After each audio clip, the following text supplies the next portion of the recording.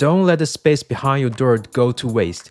If you're trying to maximize storage, every single square inch matters, and chances are you got about 4 to 6 inches of unused space hiding right behind your door.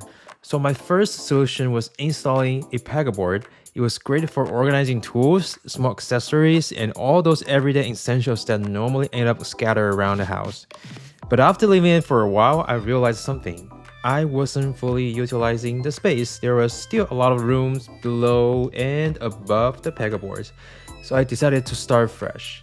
I took everything down, used the opportunity to give a wall a fresh coat of paint, and then upgraded the setup with these ultra slim flip drawers. These are technically designed for storing shoes, but they are also surprisingly versatile.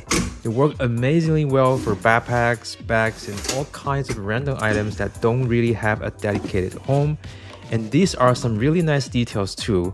Each drawer has a small push button, so with a gentle press, it soft closes smoothly.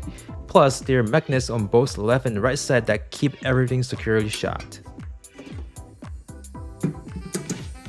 Once the lower section was sorted out, it was time to tackle the space above and installed this slim metal shelf right over the pegboard area, and they turned out to be the perfect spot for my manga collection.